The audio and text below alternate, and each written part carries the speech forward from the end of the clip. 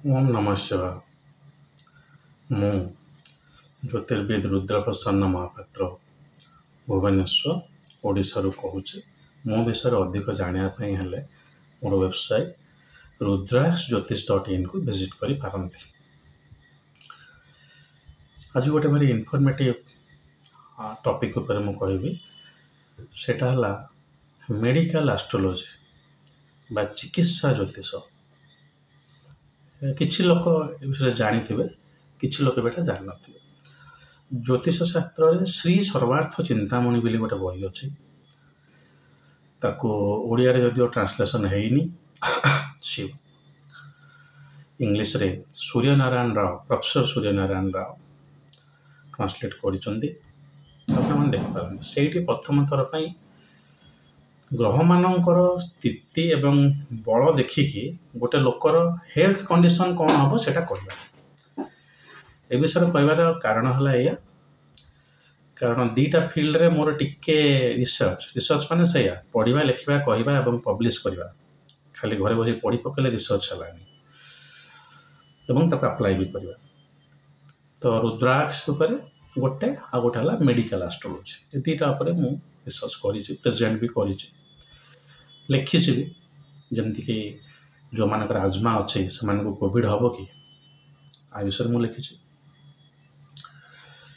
Medical ଆଷ୍ଟ୍ରୋଲୋଜିଟାକୁ ଆଉ ଟିକେ ଆଗକୁ ନେଇକି କେଉଁ ଭଳିଆ ହେଲ୍ଥ ଷ୍ଟ୍ରକ୍ଚର ରହିଲେ ଗୋଟେ ପିଲା ଭଲ ଖେଳିବ, ସ୍ପୋର୍ଟସରେ ଏକ୍ସେଲ୍ କରିବ, ତାକୁ ବି କହିଛି। ଆଉ ରୁଦ୍ରାକ୍ଷ ଉପରେ ତ ଛାଡ଼ନ୍ତୁ, ମୋ ୱେବସାଇଟ୍କୁ ଗଲେ ଆପଣ ଦେଖିବେ ରୁଦ୍ରାକ୍ଷ ଉପରେ ମୋର ପବ୍ଲିକେସନ୍ ପେପର ଗୁଡ଼ା ହିଁ ଅପଲୋଡ଼ ହେଇକି ଅଛି। ଯଦିଓ କ୍ଷମା କରିବେ ସବୁ ଇଂଲିଶରେ, ତେଣୁ ଇଂଲିଶର ନଲେଜ ଯଦି ନାହିଁ ତାହେଲେ ଆପଣଙ୍କ ପାଇଁ ଏଇ ଭିଡ଼ିଓଟି ହିଁ ସବୁକିଛି। ତ ସେ ଦୁଇଟା ବିଷୟରୁ ଗୋଟେ ହେଲା ରୁଦ୍ରାକ୍ଷ, ଆଉ ଗୋଟେ ହେଲା ଚିକିତ୍ସା ଜ୍ୟୋତିଷ। ତେଣୁ ଆଜି ଚିକିତ୍ସା ଜ୍ୟୋତିଷ ଉପରେ ମୁଁ କିଛି କହୁଛି। ମୁଁ ଆଗରୁ କହି ରଖିଛି, ଜାତକରେ ଗ୍ରହମାନେ କିଛି ନୁହେଁ, ବରଂ ଆପଣଙ୍କର ପୂର୍ବଜନ୍ମର କର୍ମଫଳକୁ ଦର୍ଶାନ୍ତି। ଭିଜାଭି ବା ତା ସାଙ୍ଗରେ ମଧ୍ୟ ଗ୍ରହମାନେ ଆପଣଙ୍କର ଶରୀର ଉପରେ ସେମାନଙ୍କର କେଉଁ ଭଳିଆ ପ୍ରଭାବ ରହିଲା ଆପଣଙ୍କ ଜନ୍ମ ସମୟରେ ସେଟାକୁ ବି କୁହନ୍ତି। ଯଦି ଆପଣଙ୍କ ଜାତକରେ ଚନ୍ଦ୍ର ବହୁତ ଦୁର୍ବଳ ଅଛି, ଆପଣଙ୍କର ମେଣ୍ଟାଲ ଇସ୍ୟୁ ରହିବ। ଖାଲି ଦୁର୍ବଳ ହେଇଗଲେ ହେବନି, ଦୂଷିତ ବି ହେବାର ଅଛି। ମାନେ not only weak but also should be associated with malefic. ଖରାପ ଗ୍ରହ ସହିତ ଖରାପ ଘରେ ଅବସ୍ଥାନ କରୁଛି ଯଦି, ଖାଲି ମେଣ୍ଟାଲ ଇସ୍ୟୁ ରହିବ ମାନେ ନୁହେଁ, ମାନେ ଇମୋସନାଲ, ଯେଉଁଟାକି ଆମ ସାଇକିଆଟ୍ରିକ୍ ପ୍ରୋବ୍ଲେମ୍ କୁହାଯାଏ, ସେଇଟା ରହିବ, not neurological problem. Neurological problem ପାଇଁ ସୂର୍ଯ୍ୟ ଆଉ ବୁଧ ଦାୟୀ। ଆମେ ଆସିବା ସେଠିକି। ମୁଁ ଆଜି ବେସିକ୍ କିଛି କହି ରଖୁଛି, ପରେ ହୁଏତ ଗୋଟେ ରୋଗକୁ ନେଇକି ମୁଁ କହିବି। ମୁଁ ଯାହା କହୁଛି, ବିଭିନ୍ନ ଇନଷ୍ଟିଚ୍ୟୁଟ୍ରେ ମେଡ଼ିକାଲ ଆଷ୍ଟ୍ରୋଲୋଜି ବୋଲି ଗୋଟେ ଚାପ୍ଟର ପଢ଼ା ହେଉଛି, କହି ରଖୁଛି। ଜ୍ୟୋତିଷ ଶାସ୍ତ୍ର ଅଲରେଡ଼ି ଆପ୍ରୁଭ୍ ହେଇଯାଇଛି। ବର୍ତ୍ତମାନ ଯେକୌଣସି ଗୋଟେ ଲୋକ ତା ଇନଷ୍ଟିଚ୍ୟୁଟ୍ରେ ଜ୍ୟୋତିଷ ଶାସ୍ତ୍ର ପଢ଼େଇ ପାରୁଛନ୍ତି ଏବଂ ସେଥିରେ ମେଡ଼ିକାଲ ଆଷ୍ଟ୍ରୋଲୋଜି ବୋଲି ଗୋଟେ ପେପର ପଢ଼ା ହେଉଛି, ବର୍ଷଫଳ ବୋଲି ପଢ଼ା ହେଉଛି, ମେଡ଼ିକାଲ ଆଷ୍ଟ୍ରୋଲୋଜି ବୋଲି ପଢ଼ା ହେଉଛି, ମୁହୂର୍ତ୍ତ ଜ୍ୟୋତିଷ ବା ଇଲେକ୍ସନାଲ ଆଷ୍ଟ୍ରୋଲୋଜି ବୋଲି ପଢ଼ା ହେଉଛି। ରୋଗ କେବେ ହେବ, ରୋଗର ଇଣ୍ଟେନ୍ସିଟି କେତେ ହେବ, କ'ଣ କ'ଣ ରୋଗ ହେବ, ବା ସେତିକି। ଆମେ ଡକ୍ଟର ନୁହେଁ ଯେ ଆପଣଙ୍କୁ ଟ୍ରିଟମେଣ୍ଟ କରି ପକେଇବୁ। ସାର୍ କିଛି ନଥିଲା, ହଠାତ୍ କ୍ୟାନ୍ସର ହେଇଗଲା, କହି ହେଇଥାନ୍ତା। ଜାତକ ଦେଖିକି କହି ହେଇଥାନ୍ତା ଯେ ଲୋକର କ୍ୟାନ୍ସର ହେବାର ଚାନ୍ସ ଅଛି। ନହେଲେ କ୍ୟାନ୍ସର ଭଳିଆ କିଛି ରୋଗ long term and life threatening କହିହେବ। ମୁଁ ତ କହୁନି ଯାହା ବହିରେ ଲେଖା ହେଇଛି। ସର୍ବାର୍ଥ ଚିନ୍ତାମଣି ବେସିକ୍ ଆପଣ ଫଲୋ କରନ୍ତୁ। ତାପରେ ଯେଉଁ ବହି ଗୁଡ଼ା ଆସିଛି ସେଥିରେ ବି କିଛି କିଛି ଲେଖା ହେଇଛି, ମାନେ 1300ରୁ 1400 ମସିହା ପରଠାରୁ। ତ ଏଠି ଆମେ ବିଲକୁଲ ଡାକ୍ତର ହେଲୁନି, ଆପଣଙ୍କ ରୋଗଟା ହେବ ବୋଲି ଖାଲି କହିଥିଲୁ। ଆପଣ ଯଦି କସିୟସ୍ ରହିଲେ, ଅନ୍ୟାନ୍ୟ ଜିନିଷ କଲେ, ହୁଏତ ସେ ରୋଗର ଇଣ୍ଟେନ୍ସିଟି ଟିକେ କମିଯାଇପାରେ, କିନ୍ତୁ ହେବ। କାହାକୁ ଡରଉନି। ତ ଏଇଟାକୁ କୁହାଯାଏ ଚିକିତ୍ସା ଜ୍ୟୋତିଷ। ଆପଣମାନେ ତ ଆସିବେନି ଆମ ପାଖକୁ ସେଇଟା ପଚାରିବାକୁ, କିନ୍ତୁ ଯେକୌଣସି ଗୋଟେ ଜ୍ୟୋତିଷ, ମେଡ଼ିକାଲ ଆଷ୍ଟ୍ରୋଲୋଜି ଯାହାର ଟିକେ ଷ୍ଟ୍ରଙ୍ଗ ଅଛି, ସିଏ ଏ ରୋଗ ବିଷୟରେ ଟିକେ ଲୋକମାନଙ୍କୁ କହିଦେବା ଉଚିତ। ତ କେମିତି ଜଣାପଡ଼ିବ? ଚନ୍ଦ୍ର କଥା ମୁଁ କହିଲି, ଯଦି ଏଇଭଳିଆ ହେଲା ତାହେଲେ ଟିକେ ସାଇକିଆଟ୍ରିକ୍ ପ୍ରୋବ୍ଲେମ୍ ବାହାରିବ, ଯେଉଁଟାକି later on will lead two blood pressure.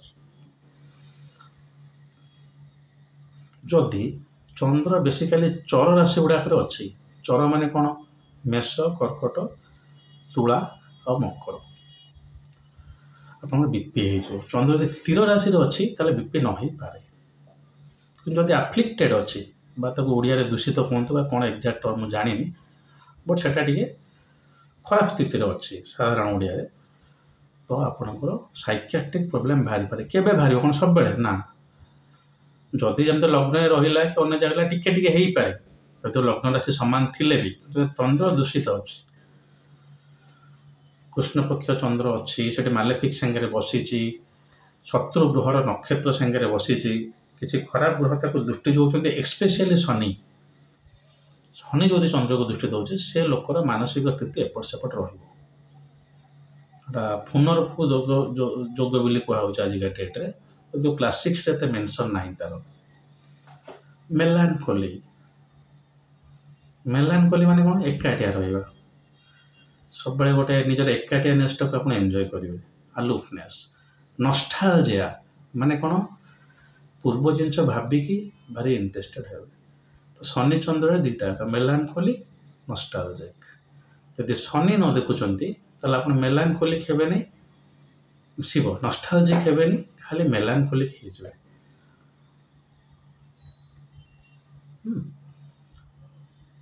ତ ଏଇଟା ଚନ୍ଦ୍ର କଥା। ତାପରେ ଯିବା ମଙ୍ଗଳ ଯଦି ସେଇଭଳିଆ ଜାତକରେ ବହୁତ ଷ୍ଟ୍ରଙ୍ଗ ଭଲ ଅଛି, ସେ ପିଲାର ମସଲ୍ସ ବହୁତ ବଢ଼ିଆ ହେବ।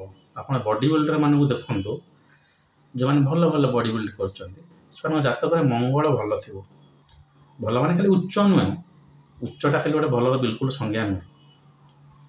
ଷ୍ଟ୍ରେନ୍ଥରେ ସର୍ବଳି ହେଇଥିବ, ଆଉ କୌଣସି ମତେ ସେ ଲଗ୍ନକୁ ଆଫେକ୍ଟ କରୁଥିବ। କାରଣ ଲଗ୍ନଟା ହେଲା ଆପଣଙ୍କର ବଡି, ସେ ଲୋକକୁ ମସଲ ଦେବ। ଲଗ୍ନକୁ ଦେଖୁଥିବ, ଲଗ୍ନେଶ ସାଙ୍ଗରେ ବସିଥିବ, କିମ୍ବା ଲଗ୍ନେଶ ଆଉ ମଙ୍ଗଳ ପରସ୍ପରକୁ ଦୃଷ୍ଟି ଦିଆଦି ହେଉଥିବେ। ତାର ବୋନ୍ ମ୍ୟାରୋ ମାନେ କ'ଣ? ଅସ୍ଥି ମଜ୍ଜା ରିଲେଟେଡ୍ ପ୍ରୋବ୍ଲେମ୍ କିଛି ଲାଇଫରେ ହେବନି। ଆଉ ସାଇକୋଲୋଜିକାଲି ସେ ଲୋକଟା ଆଗ୍ରେସିଭ୍ ହେବ। ଯଦିଓ ସବୁ ପ୍ରକାର ଇମୋସନଟା ଚନ୍ଦ୍ର ଦ୍ୱାରା ଗାଇଡେଡ୍, କିନ୍ତୁ ମଙ୍ଗଳ ଯଦି ଷ୍ଟ୍ରଙ୍ଗ ରହିଲା, ସେ ରାଗ ବି ଦେବ। ତେଣୁ ସେ ଛାଡ଼ନ୍ତୁ, ଏଇଟା ତ ସାଇକୋଲୋଜିକାଲ ଏଲିମେଣ୍ଟ ଗୋଟେ, କିନ୍ତୁ ଫିଜିକାଲି ବୋନ୍ ମ୍ୟାରୋ ବହୁତ ଷ୍ଟ୍ରଙ୍ଗ ରହିବ, ମସଲ ବହୁତ ଷ୍ଟ୍ରଙ୍ଗ ରହିବ ମଙ୍ଗଳ। ଯଦି ୱିକ୍ ଅଛି, ସରିଗଲା। ଯେତେ ଲୁହା ଟେକିଲେ ବି ଆପଣଙ୍କର ବଡି ବାହାରୁନାହିଁ, ଯେତେ ଖାଇଲେ ବି ଦେହରେ ଲାଗୁନାହିଁ। ଧଇଁ, ଆମ ସାଙ୍ଗରେ ପିଲାଟିଏ ସ୍କୁଲରେ ପଢ଼ୁଥିଲା, ତାର ନାଁ ଧଇଁ।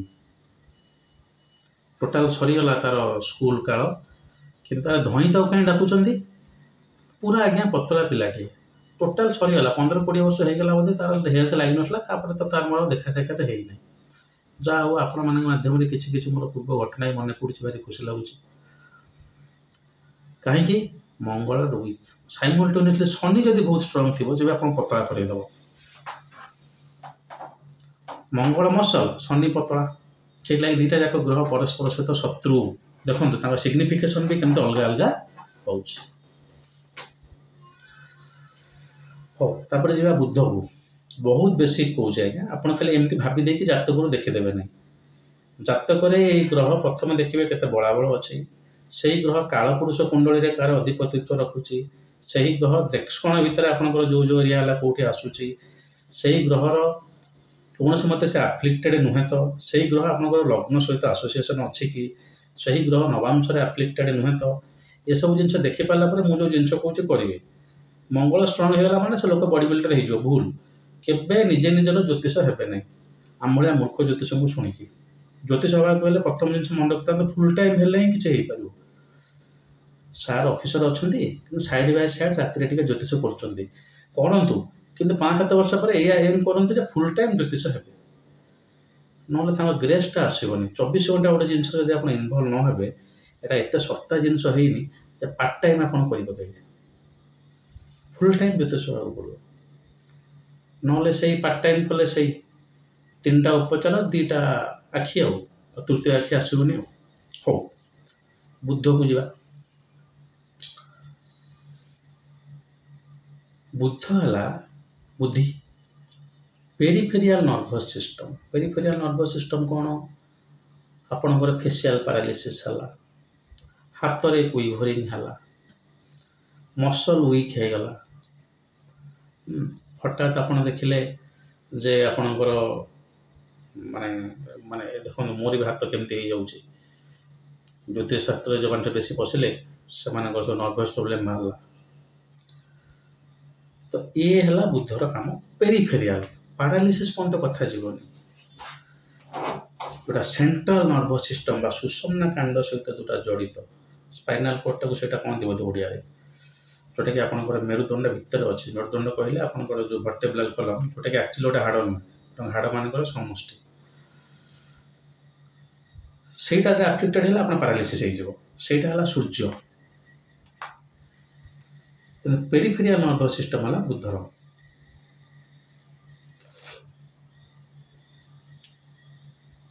बुझिपारे तेणु बुद्ध जो वीक अच्छे आप नर्व प्रोब्लेम हम आप बुद्धि अनुसार तो टिके डाउन रु आप साइकियाट्रिक प्रोब्लेम किसी बाहर तो पिलाटा भल पाठ पढ़ुनी बुद्ध भल ना मैथमेटिक्स भल होनी साइंस भल होनी मन रखिपारूनी कि भल पिलाटी आम तो कहूना कि भल पिलाटी कथबार्ता भल लोक सागर मिशिपारे बुद्ध वीक चंद्र स्ट्रंग चंद्र वीक बुद्ध स्ट्रंग मो भाया रुद्र भल पाठशाठ पढ़े ये करे से करे क्या सहित मिशि पारा ना गर्वी नुहे गर्वी पिलाटी भाया इत्यादि इत्यादि तेणु चंद्र आपणकर इमोशन बुद्ध है बुद्धि और दुईटा जाक शत्रु जो चंद्र बुद्ध ना बुद्ध चंद्र को शत्रु भाया भावती सत्य कथा अधिक इमोशनाल है आप बुद्धि काम करेनि आइडिया है ये शत्रु मित्र सब दि जाए ग्रह मानकर कारकत्वटा मिसेना क्षमा करेंगे मोर तो एसी ना जो फैन टी साउंड डिस्टर्ब अल्प से पस्पिरेसन हो बृहस्पति बृहस्पति इज इक्वल टू लिवर बृहस्पति इज इक्वल टू लिवर जदि जातक बृहस्पति बहुत भल अच्छी से लोकर लिवर इश्यू हेनी सार से तो 50 वर्ष धरी मद पीछे कहीं तो किसी लिवर है ना मु कौन 10 वर्ष धरी ड्रिंक करदेली मो लिवर खराब हो गला बृहस्पति ये जिन आप पचार एक्चुअल जातक बहुत बढ़िया कि जना पड़ बहुत बढ़िया कि खाली मद पीवा कथा मुझे कहूनी जेकोसी गोटे लिवर क्यूरोसिस माने लिवरटा इनफ्लेम कर धीरे धीरे सुखीज हाँ चिकित्सा ज्योतिष जानापी आप गोटे ह्यूमन बायोलोजी जाना आवश्यक तेणु एटी आप बायोलोजी नॉलेजटा दरकार धन्यवाद कि मुझे फिजिकल एंथ्रोपोलॉजी पोस्ट ग्रेजुएशन करी मत टे ह्यूमन एनाटॉमी एंड बायोलोजी टे जना टिके जदि डॉक्टर्स मान भाया नुह जी बेसिक आम से एनाटॉमी ऑस्टियोलॉजी क्रानियोलॉजी काइनोमेट्री जेनेटिक्स सेरोलॉजी एगुड़ा जहाँ टे आम पढ़ीचु हो तो बृहस्पति है लिवर गॉल ब्लाडर भी टू सम एक्सटेंट बृहस्पति जो स्ट्रंग थाए भल थाए दूषित हो न थाए ताले ए रिलेटेड रोग हेनी शिव जदि रहा लिवर रिलेटेड प्रोब्लेम बाहर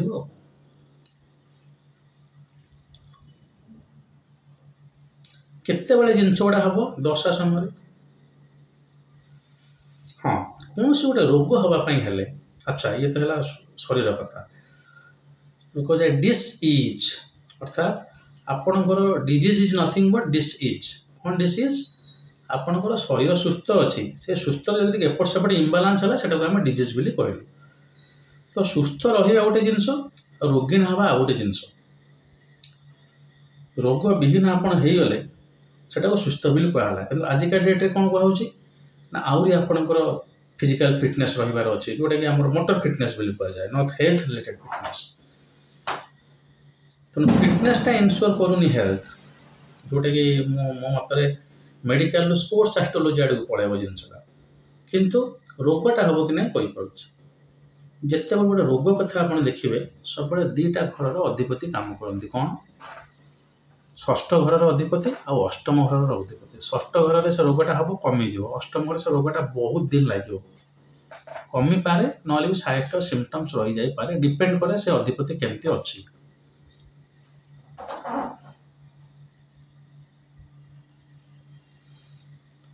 हो शुक्र हॉर्मोन तो ता मान नुहे खाली आपनकर जो सेक्सुअल प्रॉब्लम नो सब प्रकार हार्मोन थायराइड शुक्र पैनक्रियास शुक्र जैसे आपन हार्मोन रहिला देह अर्थात बॉडी रे भलो इंटरनल ग्रोथ गुड़ा हेनी the biochemistry of body will not be that much आपन मसल भल थाई पारे बायोकेमिकल टेस्ट हम बॉडी रो ये कोलेस्ट्रॉल बढ़ीगला सेपटे ये होगा जोटा कि आम इंटरनाल जोटा मोस्टली गाइडेड बाय हॉर्मोन्स सेटा भल हम ना जदि शुक्र भल अच्छे भल रहा तेणु जातक जो दु तीन ग्रह स्ट्रंग थे सब ग्रह तो कभी स्ट्रंग हेनी से ग्रह गुड़ा जब अन्य को ग्रह को दृष्टि दौथा कि भल जगार भल घरे बसी था लोकटा नॉर्मली सुस्थ रही ग्रह दृष्टि कमीगला ताले छाड़ी दिखाँ ना से ग्रह बल अन्य किसी ग्रह को एम्पायर भी करदे पारती तो से रिलेटेड रोग हेनी फाइनाली शनि देखिए वीडियोटा के 15 मिनट तो है शनि हेले जॉइंट्स मन रखी था शनि हेले जॉइंट्स सूर्य हेले हाड़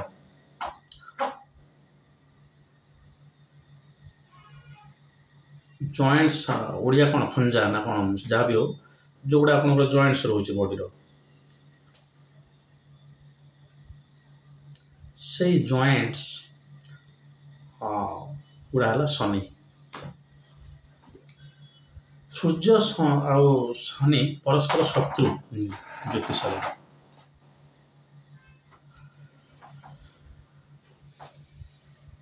किंतु मेडिकल एस्ट्रोलॉजी रे समान सेमिति किसी रिलेशन आसता good bones good joints almost indicate करे ठीक अच्छे एंड वर्टेब्रल कॉलम जोटा कहटा भी शनि कहीं joints joints joints joints joints जो जंक्चर आसला से शनि आपड़ देखि गोटे केस कौन सब केस गोटे कौन माड होगला जोरे आपंकर जॉइंट लिगामेंट छिड़ीज ना हाड़ भांगीज कि बोथ कि नथिंग ये दुटा तो जो जॉइंट रे आपंकर किसी इश्यू आसूँ से जाने लोक जातक शनि प्रोब्लेम अच्छे तो जॉइंट स्ट्रंग रही हाड़टा भांगी जाऊँगी सूर्य सूर्य हार्ट सहित भी रिलेटेड सेमती बुध लंग्स सहित भी रिलेटेड मुझे डिटेल कहूनी हूँ तो गोटे गोटे ग्रह को लेकिन गोटे गोटे वीडियो करिया लगुच मेडिकल एस्ट्रोलॉजी को बहुत लोग शुणे तापर आसला कौन राहु राहु आ केतु दुटा ग्रह फिजिकल एक्जिस्टेंस ना कि मेडिकल एस्ट्रोलॉजी से फलाफल को निया कौन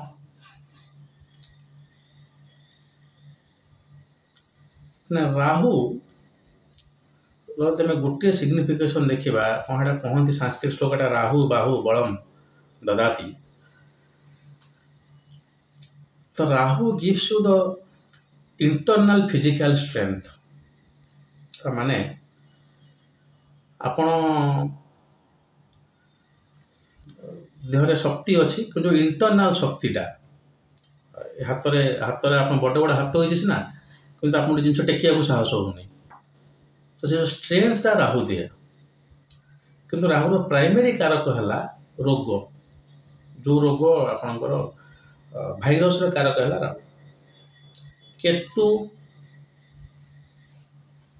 स्किन आगे भावला केतु जो लोकर वीक अच्छे कुष्ठ रोग हो जाऊँ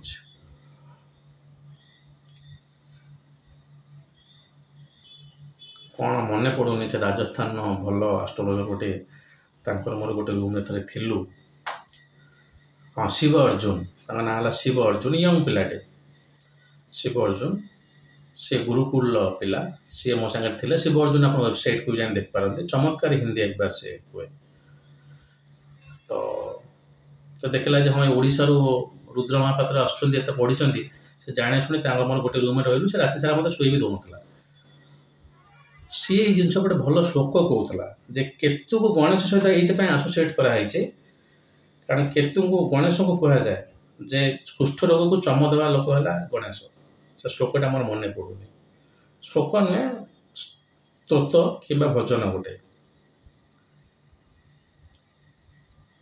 ତେଣୁ ଗଣେଶଙ୍କୁ କେତୁ ସହିତ ବି ତୁଳନା କରାଯାଇଛି। ଲଜିକାଲି ଦେଖିଲେ ଗଣେଶଙ୍କର ବି ମୁଣ୍ଡ ନାହିଁ।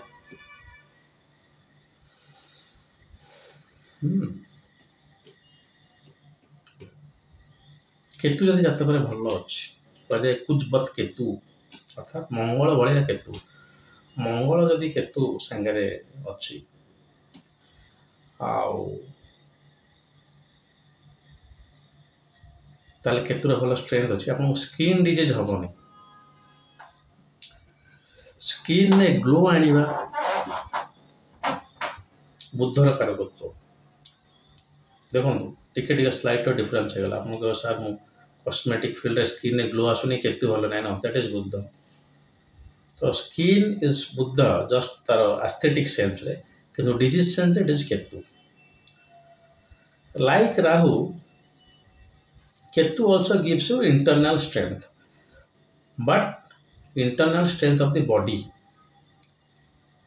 Okay, so Rahu gives you the internal strength of the mind. जो लोकर राहु अच्छे से बहुत गुड़ा टेंशन सहीजिव,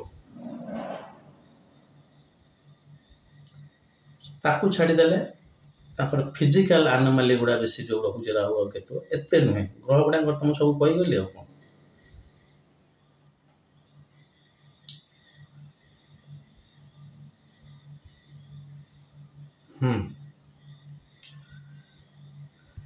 आपणकर लग्न जदि आम मुंड बिली धरू ताले मुंड बेक हाथ पेट एमती करके सब शेष घरटा जोटा सेटा है आपणकर पाद से भाया मेडिकल आस्पेक्ट देखा जाए। मनकर आपणकर मकर लग्न, आपणकर शेष घरटा है धन, बृहस्पति आपणकर दायी है पादपाई, एटा है गोटे। द्वितीय काल पुरुष देखिए, काल पुरुष भी बृहस्पति दायी, कारण काल पुरुष मेषरू आरंभ करके मीन पर्यंत जो गणना कले द्वादश घर अधिपति बृहस्पति, ताक ही काल पुरुषर गोड़ बोली धरा हो। एभलिया जातक जदि थी बृहस्पति खराब, से लोकर गोईठे सब प्रोब्लेम रते आग्रावेट हम जो बृहस्पति दशा आसो कि षष्ठर अधिपतिर दशा आसो। रोगेश षष्ठ अधिपति कहुए रोगेश, अष्टम को कहुए रंध्रेश, जो रोगटा कि आप लाइफ टेकिंग हो पाए, chronic and may be life taking, किंतु षष्ठ जो रोगटा हो तेणु सब अष्टम अधिपतिटार टे बेसी फोकस करेंगे। तो ये है मेडिकल एस्ट्रोलॉजी बेसी। हाँ, खाली मुंडटा को डिवाइड कराई दृष्कोण लेफ्ट आई राइट आई एमती कहीकि पुणी बॉडीटा को दृष्कोण डिवाइड कराई तलटा को दृष्कोण डिवाइड, अर्थात ठीक देखिले गोटे लोकटे लाइफ में मोटामोटी कौ रोग पड़ो कहीहब।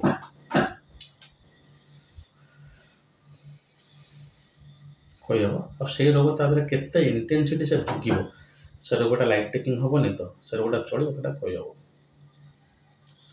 मेडिकल ज्योतिष को आयु ज्योतिष सांगे कंपेयर करेंगे ना। आयु ज्योतिष मैंने सिंपली गोटे लोकटे केते वर्ष बंचो, किंतु ये आम बंचा कथा कहूँ, ये आम रोग जीवन तो जेपर्यंत अच्छी रोग मरीगला रोगटा कौन। तेणु चिकित्सा ज्योतिष है से ब्रांच ज्योतिष जो गोटे लोक फिजिकल एलिमेंट्स और मेंटल एलिमेंट्स भितर कहीहब।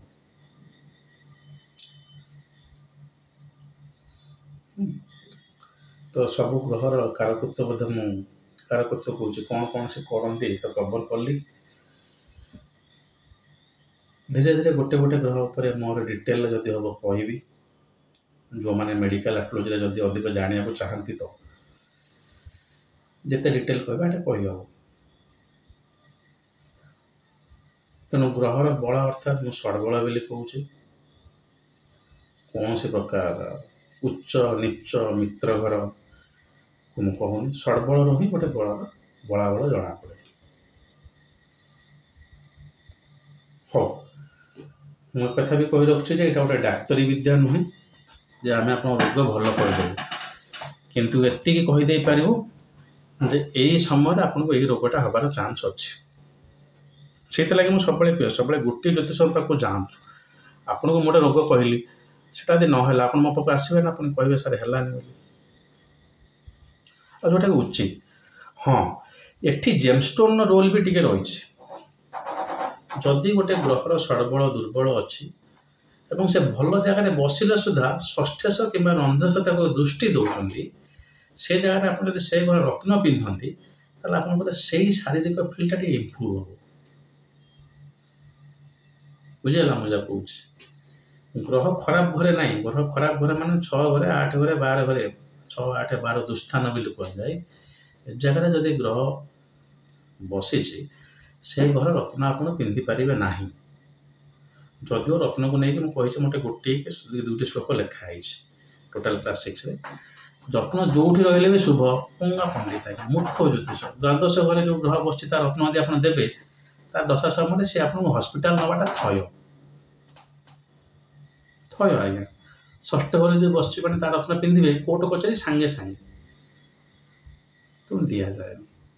କିନ୍ତୁ ଗ୍ରହ ଭଲ ଜାଗାରେ ବସିଛି, ବଳାବଳ ନାହିଁ, ଆଉ ବଳାବଳ ନଥାଇ ଯଦି ଦୃଷ୍ଟି ଖରାପ ନ ପଡ଼ିବ ତାହେଲେ ସେ ଖରାପ ହେବନି, ରୋଗ ଦେବନି। ଷଷ୍ଠେଶ କିମ୍ବା ରନ୍ଧ୍ରେଶର ଦୃଷ୍ଟି ପଡ଼ୁଛି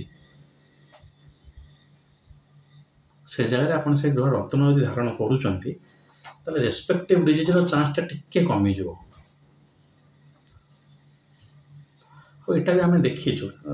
ଆପଣ ପୋଖରାଜ ପିନ୍ଧିକି ଦେଖନ୍ତୁ, ଆଉ ତା ପୂର୍ବରୁ ଗୋଟେ ଏଲ୍ଏଫ୍ଟି କରାନ୍ତୁ ଲିଭର ଫଙ୍କସନ୍ ଟେଷ୍ଟ, ଆଉ ତାପରେ ଆଉ ଗୋଟେ ଏଲ୍ଏଫ୍ଟି କରାଇବେ, ଦେଖିବେ ଆପଣଙ୍କ ଲିଭର ଫଙ୍କସନ୍ ବଢ଼ିଯାଇଥିବ, ଭଲ ଥିବ ପାରାମିଟର୍ସ।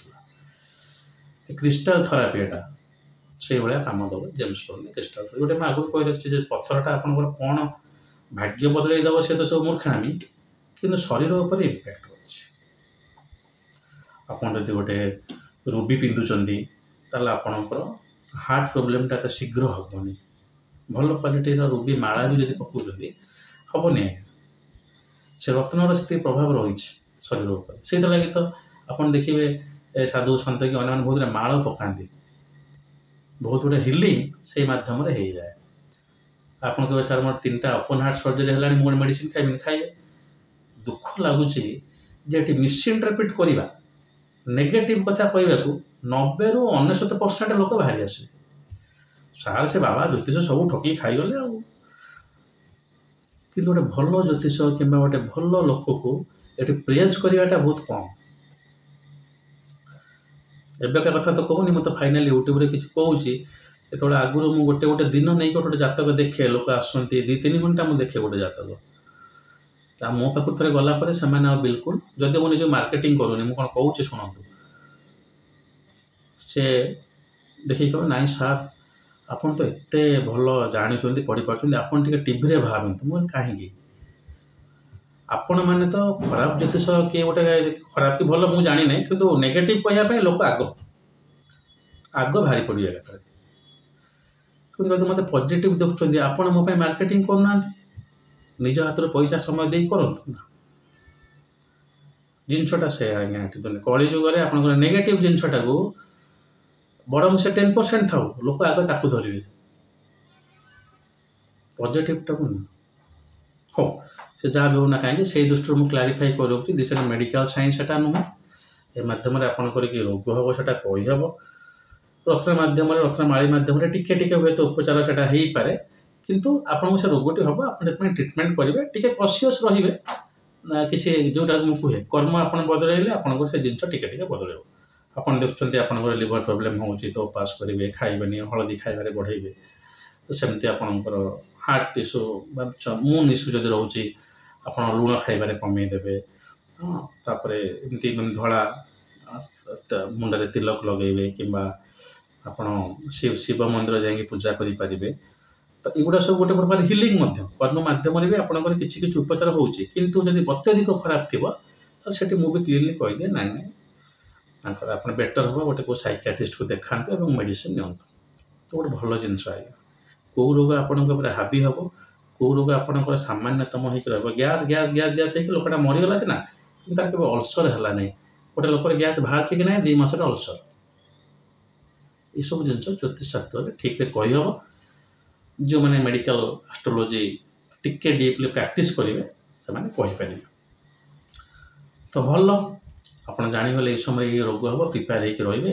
ଯଦି ସେମିତି ଲଙ୍ଗସ୍ ଡିଜର୍ଡର ଦେଖାଉଛି ମର୍କୁରୀ ଦ୍ୱାରା, ବୁଧ ଦ୍ୱାରା, ସିଗାରେଟ୍ ପିଇବେନି, हार्ट डिजर्डर देखा से अनुसार टे कसियस रे से कर्म गुड़ा आपको हिलिंग करने डेफिनेटली टे चांस दब कि तथापि नच विद्या नच पुरुषम भाग्य अवश्य फलित जहाँ कहती भाग्य तो आज्ञा फल आम से रामचंद्र को सेतु को राम सेतु को गुंडीच मूषा भाया कला भाया तो करवा ना एति हाथ अच्छे हो आज ये वीडियो कर कौन उद्देश्य नुहे आपण मत जातक देखा मोर रिसर्च गुड़ा मुझे आगे जेकोसी लोक ज्योतिष प्रति इंटरेस्टेड से निजे ज्योतिष हूँ ज्योतिष प्रति इंटरेस्टेड था ज्योतिष पढ़ुवा स्टूडेंट हूँ पढ़ाऊा शिक्षक हूँ से करुच्ची कौन से एंटरटेनमेंट पर्पज नुहे कि कौन से क्यूरोसीटी के मुझे क्लीन करूनी जे आज कुंभ राशि या हम से मीन राशि या हम इत्यादि इत्यादि तो आपण जो ज्योतिष जातक देखा सब देखा आप डेफिनेटली उपकृत हे तांकर निर्देश से जहाँ कहते कले हो तो वीडियो जदि भल लगे लाइक करेंगे भल न लगे डिसलाइक करेंगे किसी असुविधा नहीं किंतु आप शेयर करदे आपन जोटा भल लगुनि तो आप भल लगुथाई तेना वीडियो आप शेयर कले मो भाया मूर्ख को तो आउ गोटे को मूर्ख लोक बुझीपर तेणु शेयर करदे शेयर न करिकी आपड़ कहे ना सार कथा मतलब ठीक लगुनि मोटे को शेयर करेंगे I just want to reach maximum मुझे इंग्लीश से लिखिली सारा इंडिया लोक मत जानवे बोली किसी जानिले कि देखिए नॉर्दर्न इंडिया इंग्लीश चलुनी से मुझे फ्यूचर हिंदी रे भी प्रेजेंट एवं जाए करुचे फ्यूचर हिंदी रे भी वीडियो करी तो मोर ज्योतिष फील्ड को कंट्रीब्यूशन जहाँ से राम सेतु को गुंडीच मूषा भाया सेटा को मुझे उपस्थापन करुच्ची जो मैंने उपकृत हेले मोर पुण्य आज्ञा जदि कहार जनातर भी अजनातर भी आपड़ किसी मंगल करुँचर पुण्य हो महादेव आपण मान कल्याण करंतु ओम नमः शिवाय।